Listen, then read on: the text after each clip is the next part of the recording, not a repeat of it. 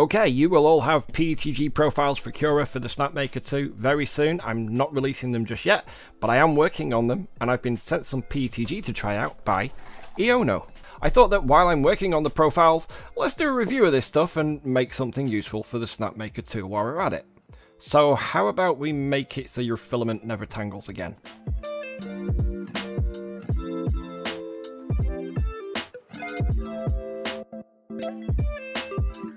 I know some of you have seen this thing sitting on top of my printer in past videos and commented about it in the Snapmaker Facebook groups, and I'm going to talk about it today. What it is, what it does, why, how, all the rest of it.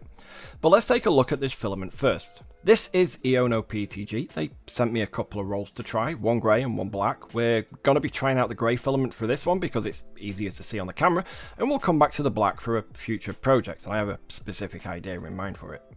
I've created a basic Cura PETG profile for the Snapmaker 2 as a base using some fairly conservative settings, and it's similar to my PLA normal profile but with a higher nozzle and bed temperature and slower speeds. Initial tests with PETG filament I know to be good seems to have proven quite well so far, so I think these will be a good test for Eono. It comes in a pretty normal branded cardboard box, and inside we have our filament. And on the top we get all the usual things: 1.7mm diameter, print at 230 to 250, bed temperature 80 to 90, net weight 1 kilo. One of the things that I like about this, and this is a first for me, I know some of you have seen this with some brands, but this is the first time I've had a roll of filament from anybody that has a resealable bag, which is awesome. Normally they're just vacuum packed and sealed and that's that, but this one's actually got its own little resealable lip once we tear this off. There we go. So once we torn it off, we just open it up, and there's our filament with our bag of silica, and it looks grey.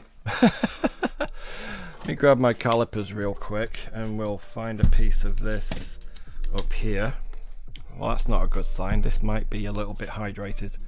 Diameter is pretty much spot on at 1.75mm. So we'll cut a piece of this off, feed that back up through here and into there. So it looks like that bit that cracked off was just an anomaly because of stress. Yeah, so this is bending quite well. It's not snapping, it feels good. So it's not dehydrated. But right, we'll come back to this in a little bit. So far it seems quite good. It's wound pretty well. It's not perfect, but it's not terrible. I've seen a lot worse. But we'll come back to the Eono filament in a little bit, and for now we'll focus on that thing that sits on top of my printer.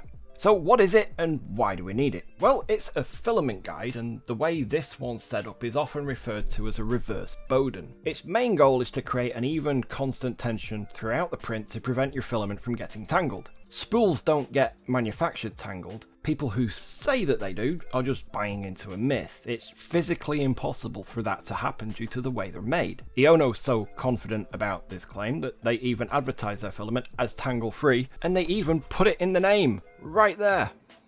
Anytime you experience tangling, it's either down to user error or just a function of certain printer designs that increase the chances of it happening. And even if the filament does come to you tangle free, like this Eono PETG, it can still become tangled while using it. It's not something I've experienced with the Snapmaker 2 myself yet, although its design does potentially pose the risk of it happening. How though? Well, without the guide, when the Snapmaker's finished its print, the X gantry homes itself to the top of the Z-axis rails. This means it moves very quickly upwards towards the filament spool, causing it to become loose. Then when you start the next print, the X gantry moves back down again and the spool gets retensioned, potentially trapping loose filament underneath. And that's what causes tangles, filament getting loose and then tightening back up around itself, and then it's trapped when you try to use it. You can get around this by printing an auto-rewinding spool holder, and that's absolutely a great way to go, but a filament guide is a lot easier. The way this one works, and it's available to download from today from my mini factory, is that the filament loads in from underneath through a hole where it enters the tube that goes all the way down to your print head. This way the only tension or slack is between the print head and that little gap at the end of the tube. When it prints, it's pulling filament through the tube. When it's not printing and the head's just moving around, the filament stays inside the tube, which is always the same length. So when the head rises and flies back up to the top at the end of a print, the filament never has the chance to become slack on the spool. So it's impossible for it to tangle once you've loaded it in properly. So this one I designed in Fusion 360. It mounts to the top of one of the Z-axis rails using 4 M4 screws, and it has a hole for an M10 tube clamp thing. There are no threads in the hole on the bracket, you just screw the fitting straight into the hole and it cuts its own threads, and this is why we're using PETG. It can take any potential strain better than PLA, and it's easy to screw things into PETG and not worry too much about it working loose over time. The one I've been using on my printer here was my first prototype. It has a bunch of holes along it that are all slightly different sizes, so I could figure out which one works best to screw in the M10 fittings, but I did print it out of PETG on one of my i3 clones, and now that I've figured out which hole size works best, you can see in Fusion 360 that now we just have one hole. So our goal is to print one of these today, and we're going to take the Eono filament, we're going to put it on the printer, we're going to do a couple of quick test prints, maybe a benchy, and then we're going to get to printing our filament guide bracket.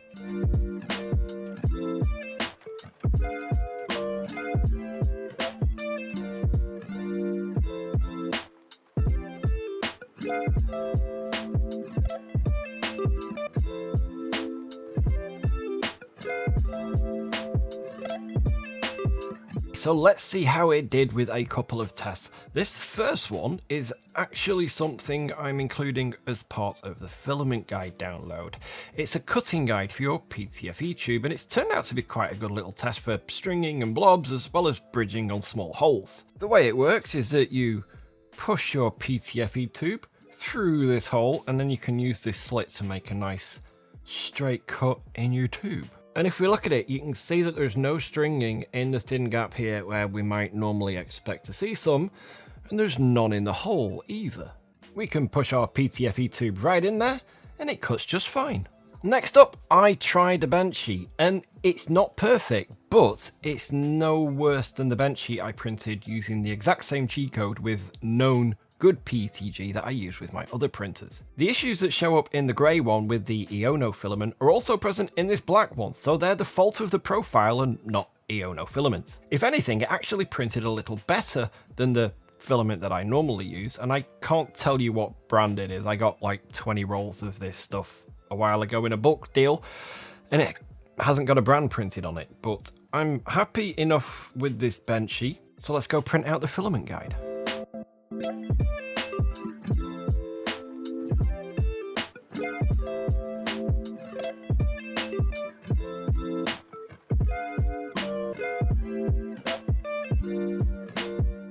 Well, this printed out quite well, except for a couple of little issues. One end lifted off the bed a little bit, so I guess I need to knock the Z offset down on the Snapmaker a little bit. But there's not a lot of stringing though. There's a little bit in the holes, but that's just the nature of PETG really, and it's nothing that can't be easily picked out. There's no serious overhangs or bridging on this model, but the walls are straight with little stringing, and even with straight walls, you can often get little strings flying out with PETG. There's no big gaps that would suggest any flow or clogging issues, and the part feels good and solid using the same top, bottom, wall, and infill settings I used for my original part on my i3 clone. But while this one will work, I'm not happy that it peeled up off the bed on this end, so I'm going to adjust my Z offset, reslice with some slightly different settings, and print another one.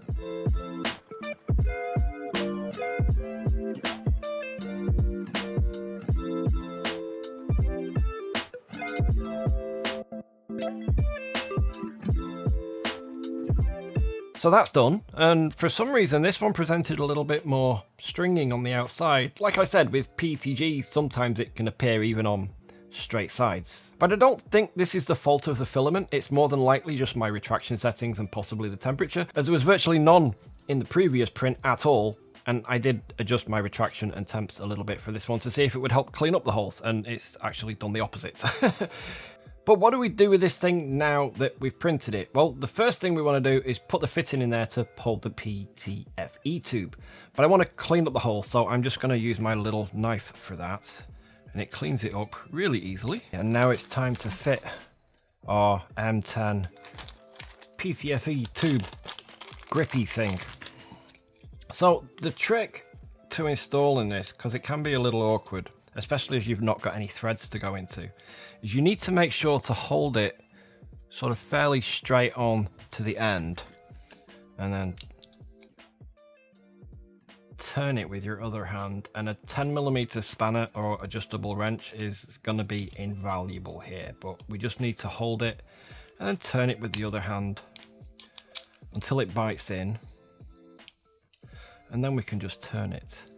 Once it's in there all the way, it's going to be good and solid, and it's not going to work itself loose.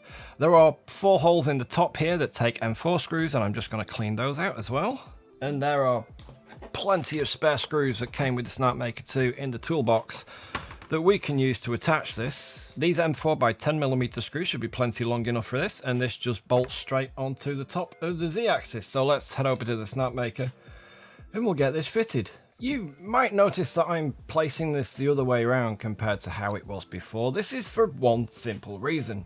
You'll need to lower the filament roll down from its usual mounting spot and feed it from underneath with this guy so that it goes straight up when it's coming out to make sure it stays above the print head. If you keep the filament on the inside of the rail when you lower it down, you won't be able to get the print all the way over to the left edge of the bed at any kind of real height. If you do, then when the bed moves backwards, anything there will impact the spool. So we're also going to dismount the spool holder and flip that around to the other side too. But this makes it easier, at least for me, to load spools and feed them into the tube too, because I get easier access. But now when the head goes flying around the bed, it's not pulling out extra filament from the spool, and it's not causing it to go loose when it goes back up to the top at the end of the print. So you've got constant tension all the time. So no tangles ever. At least none that are the fault of the printer or the filament manufacturer. You still want to make sure that you keep the roll tensioned when you're loading it and unloading it. As for the Eono PETG, so far it seems to print quite well. It flows great out of the nozzle with no clogs, no extruder clicking, and the prints feel good and solid just like you'd expect with PETG. The only issue it's presented so far was that little bit of stringing, and given that it only really appeared on one print, that's almost certainly down to my profile and not the filament. At the moment, it looks like Eono filament is only available in the UK and the EU through Amazon, but I'll put a link down in the description to where you can find it. I have a few more prints I want to do with Eono filament, and I have a whole other roll of black here for a special project, but I'll have more videos coming using Eono PETG as I tweak the Cura profiles for the Snapmaker 2 and get those projects done. And I'll make those Cura PETG profiles for the Snapmaker 2 available for you guys to download on GitHub just as soon as I'm happy with them. If you like this video, give it a thumbs up, share it with your friends, subscribe if you want to see more, and don't forget to hit that notification bell. I have a few more brands of PETG here that I want to test over the coming weeks once I've got the profiles dialed in, so if there's anything you want me to try or compare or test, or if you have any questions about PETG, drop them down in the comments below. Thanks for watching, and I'll see you next time.